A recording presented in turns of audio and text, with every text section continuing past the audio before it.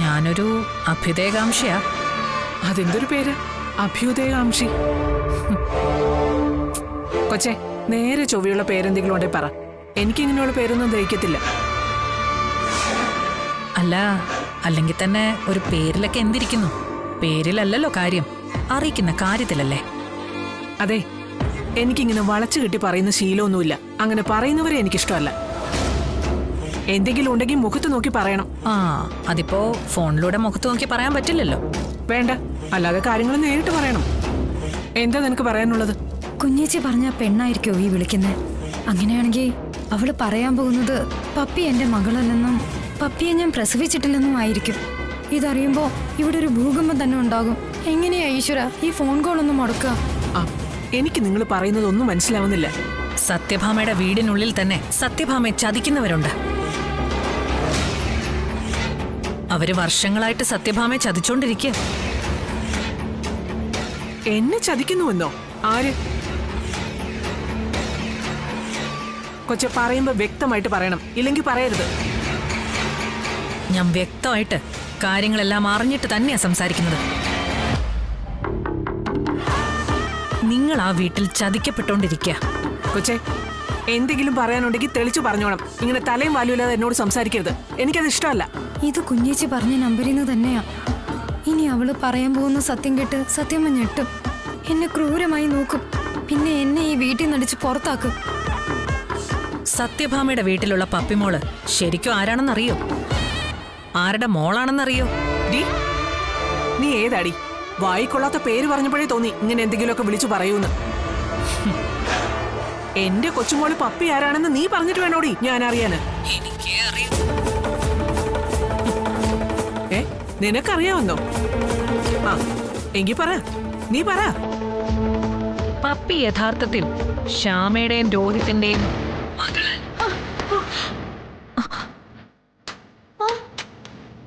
അയ്യോ, ഹലോ സത്യമേ, എന്റെ കാലൊന്ന് മടങ്ങിപ്പോയതാ.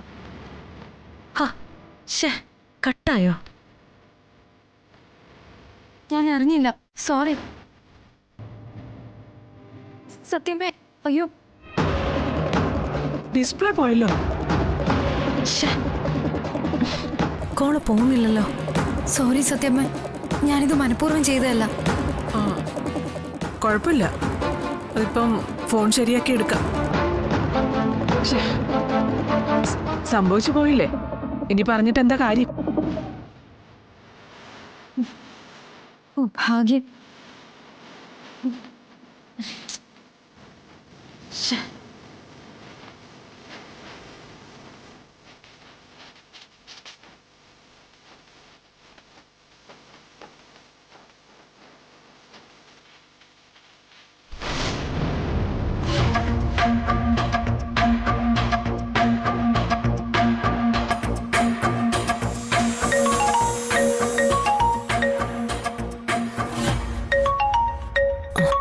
ശ്യാമയാണല്ലോ. ഹലോ, എന്താ ശ്യാമ? കുഞ്ഞേച്ചി, സത്യമ്മയ്ക്ക് എവിടെന്നെങ്കിലും കോള് വന്നാ കുഞ്ഞേച്ചി ശ്രദ്ധിക്കണം എന്ന് പറഞ്ഞില്ലായിരുന്നോ? പപ്പിയെ കുറിച്ച് പറഞ്ഞ പ്രത്യേകം ശ്രദ്ധിക്കണമെന്നും പറഞ്ഞില്ലേ? അങ്ങനെ ആരെങ്കിലും വിളിച്ചോ? വിളിച്ചു.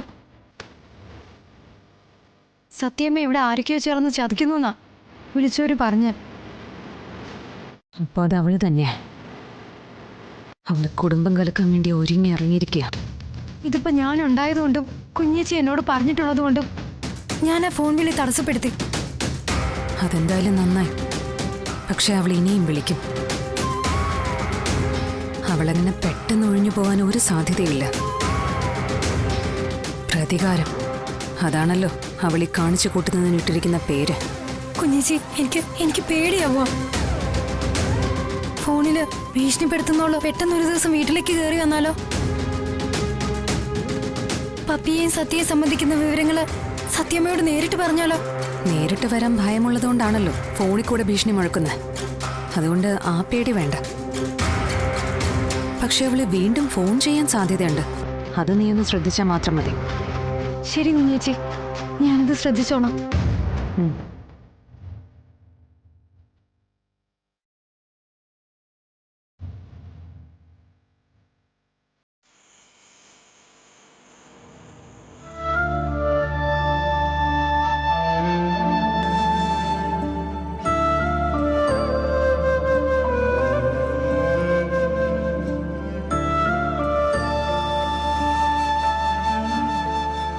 പഴയതുപോലൊരു വീട് വാടകയ്ക്കെടുത്ത് നമുക്ക് മാത്രമായിട്ടുള്ള ഒരു ലോകം, ഞാനും താനും പിന്നെ നമ്മുടെ സത്യമോളും മാത്രം.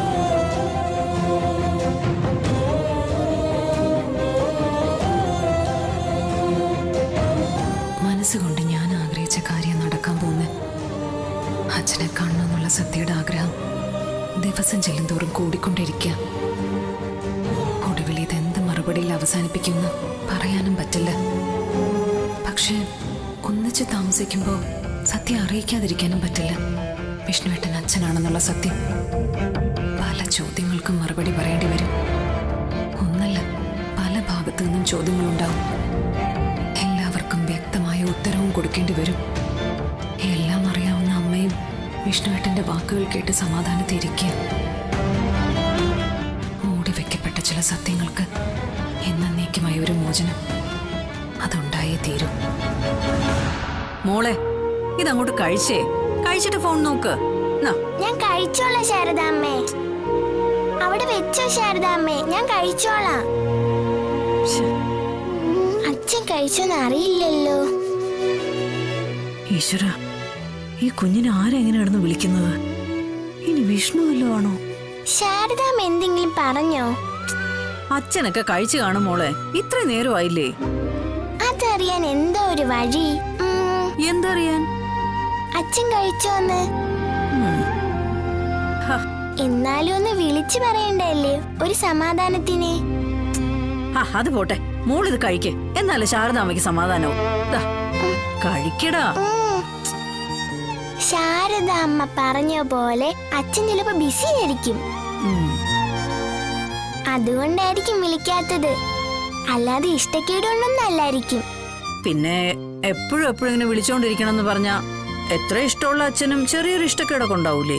ഏയ്, എന്നോട് അങ്ങനെയൊന്നും കാണിക്കില്ല. ഫോൺ എടുക്കാതെ ചിലപ്പം തിരക്കൊണ്ടായിരിക്കും, അല്ലാതെ ഇഷ്ടക്കേടുകൊണ്ടൊന്നും അല്ല. ശരി, അങ്ങനെയെങ്കിൽ അങ്ങനെ. എനിക്കിപ്പോ സത്യം മോള് ഭക്ഷണം കഴിക്കണം, അത്രേ ഉള്ളൂ. കഴിച്ചേ. ഞാൻ കഴിച്ചോളാന്നേ. ശാരദാമ്മ അവിടെ വെച്ചേ.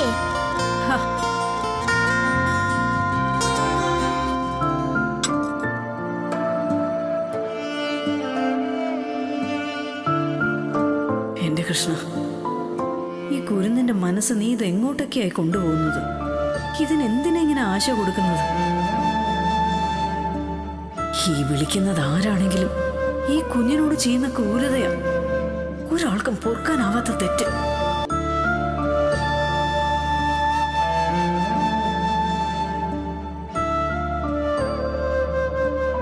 എന്താ ഭക്ഷണം മുന്നിൽ വെച്ചിട്ടിരിക്കുന്നേ? കറിയൊന്നും ഇഷ്ടപ്പെട്ടില്ലേ?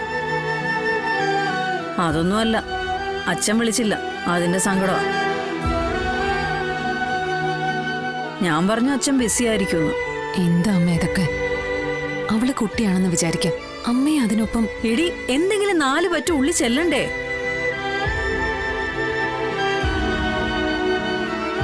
മോളെ, അച്ഛൻ എപ്പോഴൊക്കെയാ വിളിക്കുന്നത്? അങ്ങനെയൊന്നുമില്ല, സമയം കിട്ടുമ്പോഴൊക്കെ വിളിക്കും. പക്ഷെ അങ്ങോട്ട് വിളിക്കാൻ പറ്റില്ല. പക്ഷെ ഇന്ന് എന്നെ വിളിച്ചിരുന്നു. അപ്പൊ സ്ഥിരമായ ആരോ സത്യയെ വിളിക്കുന്നുണ്ട്. അതാരാണെന്ന് കണ്ടുപിടിക്കണം. ഇനി വിളിക്കുമ്പോഴേ അമ്മയ്ക്കൊന്ന് തരണം. എനിക്കൊരു കാര്യം പറയാനുണ്ട്. അമ്മയ്ക്ക് അച്ഛനെ നേരിട്ട് വിളിക്കാൻ പാടില്ലേ? മോളുടെ അച്ഛൻ ബിസിയല്ലേ, പിന്നെ എങ്ങനെ കിട്ടാന്? ശാരദാമ്മ എടുത്തു തരാം. കഴിക്ക്, എന്നിട്ട് നമുക്ക് സംസാരിക്കാം. ശാരദാമ്മ ഇങ്ങ് തന്നേ, ഞാൻ ഇത് റൂമിൽ കൊണ്ടേ കഴിച്ചോളാം. കഴിക്കണം. കളയോ? മുഴുവൻ കഴിക്കണം കേട്ടോ. കഴിക്കാം. കളയരുത്. ഇല്ല.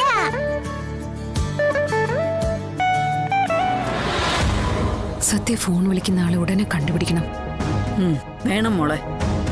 ഇപ്പൊ തന്നെ ഒരുപാട് വൈകി. മോളെ, ഇനി വിഷ്ണു എങ്ങാനും ആണോ? ഏയ്, അതിനൊന്നും സാധ്യതയില്ല. വിളിക്കുന്ന ആളുടെ ഉദ്ദേശം എന്താണെന്ന് നമുക്കറിയില്ല. എന്തായാലും അതിന് ഇന്നൊരു തീരുമാനം ഉണ്ടാവണം. എന്റെ പേടി അതൊന്നുമല്ല. ഈ വാടക വീട്ടിൽ ഒന്നിച്ച് താമസിക്കണമെന്നൊക്കെ പറയുമ്പോഴേ സത്യം കൊണ്ടോട് കാര്യങ്ങളൊക്കെ പറയണ്ടേ? മാത്രമല്ല വിഷ്ണു ഇക്കാര്യം വീട്ടിൽ പറയുമ്പോ എന്തായിരിക്കും സത്യാമ്മയുടെ പ്രതികരണം? അവര് പറഞ്ഞു തൊള്ളൂ എന്നുള്ള കാര്യം ഉറപ്പാണ്. അതിപ്പം ഞങ്ങളെ സംബന്ധിച്ചുള്ള എന്ത് കാര്യം കേട്ടാലും പറഞ്ഞു തൊള്ളുമല്ലോ. ഇതങ്ങനെയല്ല. അവനെ എന്നേക്കുമായി ആ വീട്ടിൽ നിന്ന് മാറി താമസിക്കാൻ പോവാന്നാ പറയാൻ പോകുന്നത്. അതവർക്ക് ഒട്ടും ഉൾക്കൊള്ളാനാവില്ല. വരുന്നൊക്കെ വരുന്ന പോലെ വരട്ടെ അമ്മേ, അനുഭവിക്കുക തന്നെ. അമ്മേ, എടി, ഇനി ഫോണും വല്ലതും വന്നാണോ? നീ അങ്ങോട്ടൊന്ന് ചെല്ല്.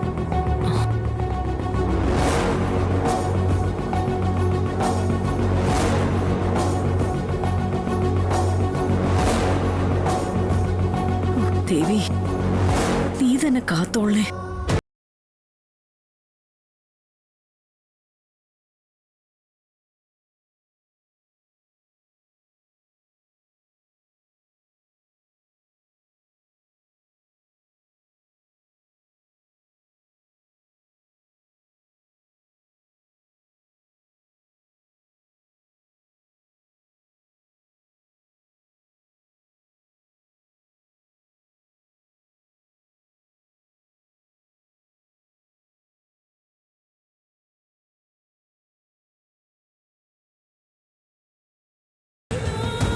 ഒരു ജോലിക്കായിട്ട് പോവാന്ന് പറഞ്ഞാൽ സംഗതി ഒക്കെ ആയിരുന്നു. പക്ഷെ ഹോട്ടലിൻ്റെ കാര്യത്തിൽ പോലും ഇതുവരെ ഒന്നും ശ്രദ്ധിക്കാത്തതുകൊണ്ട് ഇപ്പം ജോലിക്ക് പോകുന്നതിൻ്റെ കാരണം എന്താണെന്ന് ശക്തമായിട്ടുള്ള രീതിയിൽ ചോദ്യം വരും. പിന്നെ വീട്ടിൽ നിന്ന് പുറത്തിറങ്ങാൻ പറ്റാത്ത അവസ്ഥയാവും. എന്താ ഒരു വഴി? അല്ല, ആ കമലിനൊന്ന് വിളിച്ചു ചോദിച്ചാലോ? ഇങ്ങനെയുള്ള ഉടായ്പ പരിപാടിയൊക്കെ ആവാൻ ബെസ്റ്റാ.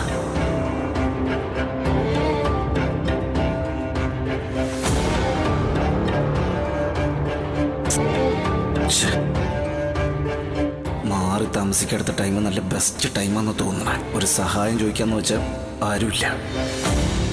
ഇനിയിപ്പോൾ എന്താ ചെയ്യാ?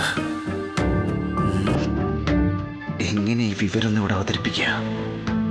അച്ഛൻ്റെ അടുത്ത് പറഞ്ഞാലും ചിലപ്പോൾ ഒന്നും ഏൽക്കണമെന്നില്ല. അല്ല, പുതിയ ബിസിനസ് എന്തെങ്കിലും തുടങ്ങാൻ പോകുമെന്ന് പറഞ്ഞാലോ? അതിനായിട്ട് കുറച്ച് നാൾ മാറി നിൽക്കണമെന്നും പറയാം. ഷാലിയായിട്ട് താമസം മാറിക്കഴിഞ്ഞിട്ട് പിന്നെ സാവധാനം കാര്യങ്ങൾ പറഞ്ഞ് മനസ്സിലാക്കിയാൽ മതിയല്ലോ. എന്തായാലും ഒരു കുഴപ്പവും വരാത്ത രീതിയിൽ കാര്യങ്ങൾ പറഞ്ഞ് അവതരിപ്പിക്കണം.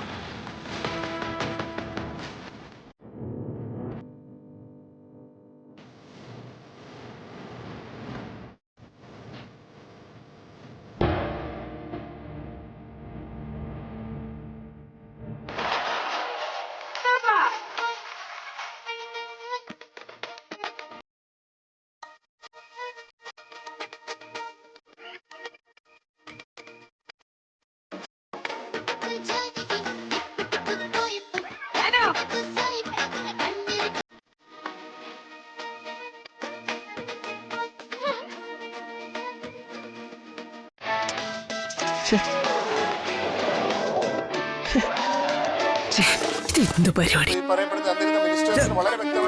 എന്തോ ഭാമ നീ കാണിക്കുന്നേ? ഏതെങ്കിലും ഒന്ന് നോക്കി ഇങ്ങനെ മാറ്റിക്കൊണ്ടിരുന്ന എന്തോ കാണുന്നേ?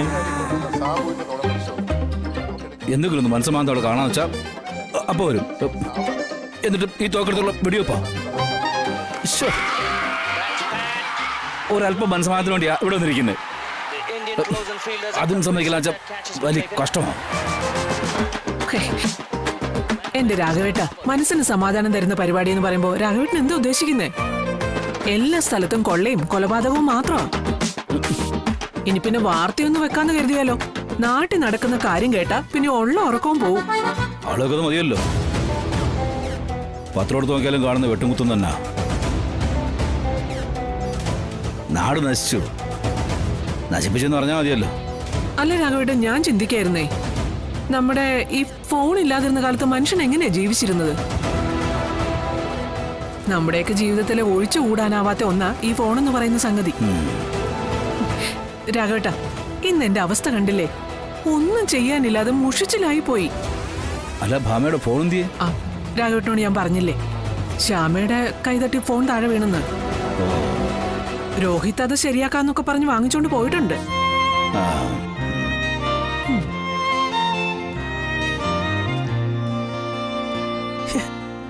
ഇനി കുറച്ചു നേരം നമുക്ക് ഈ പരിപാടി കാണാം. മനസ്സിന് അല്പം സമാധാനെങ്കിലും ഉണ്ടാവുമല്ലോ. മനസ്സിന് സമാധാനം ഉണ്ടാവണമെങ്കിലേ ആദ്യം നന്നാവേണ്ട മനസ്സ് തന്നെ. വല്ലതും പറഞ്ഞോ? രോഹിത് വരുന്നു പറഞ്ഞതാ. അവൻ കറക്റ്റായിട്ടൊന്നും പെട്ടില്ല. സത്യമേ ഡിസ്പ്ലേ മാറ്റേണ്ടി വന്നു. ഓ, ഫോൺ ശരിയായല്ലോടാ. എടാ, അറിയാവുന്ന ആൾക്കാരുടെ നമ്പർ മുഴുവൻ ഇതിനകത്താ.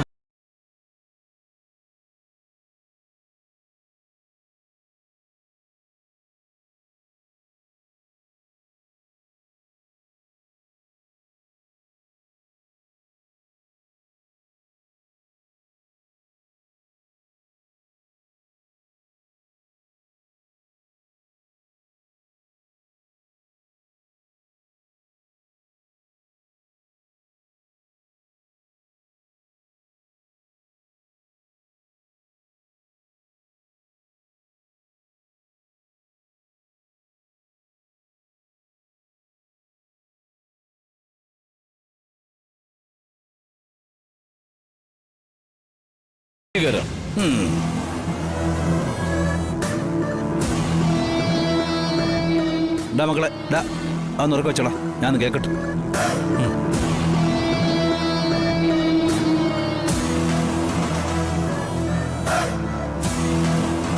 നമ്മുടെ മനസ്സും ശരീരവും പ്രാർത്ഥനയിൽ ലയിപ്പിക്കുക, ചിന്തകളെയും പ്രാർത്ഥനയിൽ ലയിപ്പിക്കുക. ഈശ്വരന്റെ ലക്ഷ്യസ്ഥാനം കണ്ടുകൊണ്ട് മുന്നോട്ടു പോകുവാനാകുക. ഇതിൽ പരമാനന്ദം മറ്റെവിടെ നിന്നാണ് ലഭിക്കുക? ഞാനെന്നും എന്റേതെന്നും ഉൾപ്പെടെ സകലതും ത്യജിച്ച അവസ്ഥയാണ് സന്യാസം. അല്ല, ഇതെന്താ കുടുംബത്തോടെ എല്ലാരും ആത്മീയതയിലേക്ക് തിരിയാൻ പോവാണോ? അതെ, ഇന്നത്തെ കാലത്ത് എല്ലാവരും ആഗ്രഹിക്കുന്ന മനസ്സമാനാണല്ലോ. അല്ല, അതില്ലെങ്കിൽ പിന്നെ എന്ത് കിട്ടിയിട്ട് എന്താ കാര്യം അല്ലേ?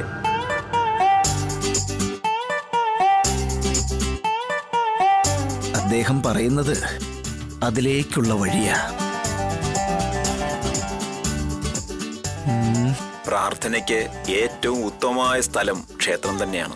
ക്ഷേത്രം ഒരു കണ്ണാടിയാണ്. ആ കണ്ണാടിയിലൂടെ നമ്മൾ കാണുന്നത് നമ്മളെ തന്നെയാണ്. നമ്മളിലുള്ള സ്വഭാവ ദൂഷ്യങ്ങളെ നീക്കി സ്വയം ശുദ്ധീകരിക്കാനും ക്ഷേത്രമാകുന്ന ഈ കണ്ണാടിക്ക് കഴിയും. ഔ, വളരെ അർത്ഥവത്തായിട്ടുള്ള വാക്കുകൾ അല്ലേ ചാ? കേട്ടപ്പോ വീണ്ടും വീണ്ടും ഇങ്ങനെ കേൾക്കണം തോന്നുക.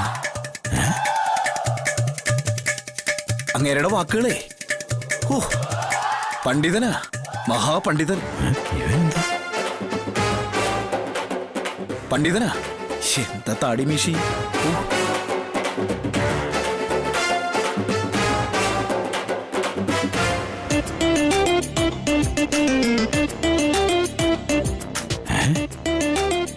ഇവനെന്താ പറ്റി? നനഞ്ഞ കോഴി പോലെ അകത്തേ കയറി പോകുന്നുണ്ടല്ലോ.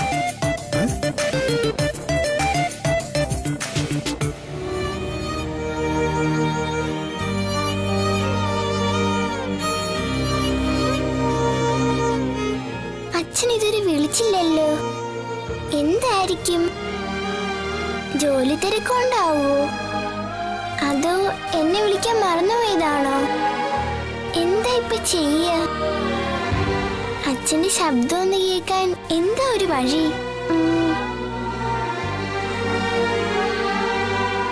എന്താ അച്ഛ സത്യമോളെ വിളിക്കാത്തത്? ഒന്ന് വിളിക്കച്ച. സത്യമോളെ ഇങ്ങനെ സങ്കടപ്പെടുത്തല്ലേ. നീ ഇതുവരെ കുളിച്ചില്ലേ? നിന്നോട് പറഞ്ഞല്ലേ കുളിച്ച് റെഡിയാവാൻ. ഫോണിങ്ങി തന്നെ. പോയി റെഡിയാവ്. എവിടെ പോവാനാ അമ്മേ?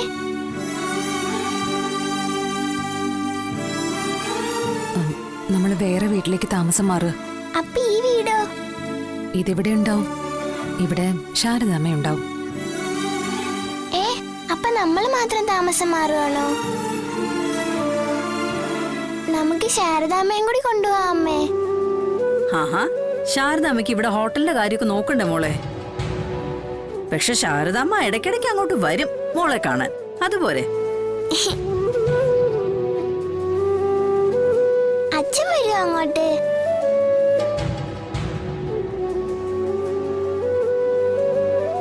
പറയമ്മേ, വരുവോന്ന്?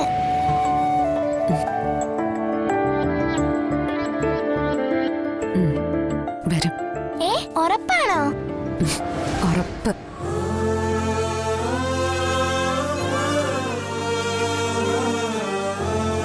ഇപ്പൊ സന്തോഷായല്ലോ. എന്നാ പിന്നെ വേഗം പോയി റെഡിയാവും. ഇപ്പൊ റെഡി ആയിട്ട് വരാവേ.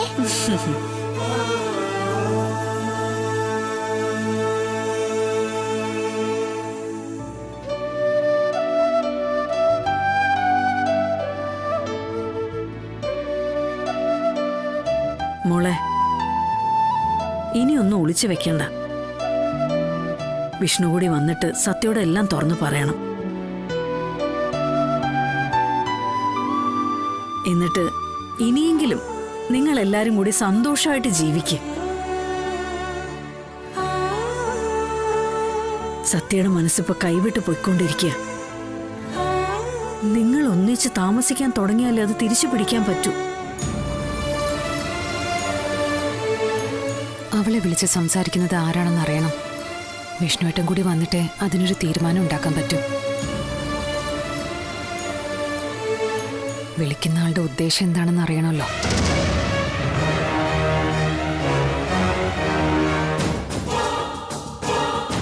ഇങ്ങനെയൊക്കെ വിളിക്കുന്നവർ മനസ്സിൽ കൊണ്ടു നടക്കുന്ന എന്തായിരിക്കും പറയാൻ പറ്റില്ല.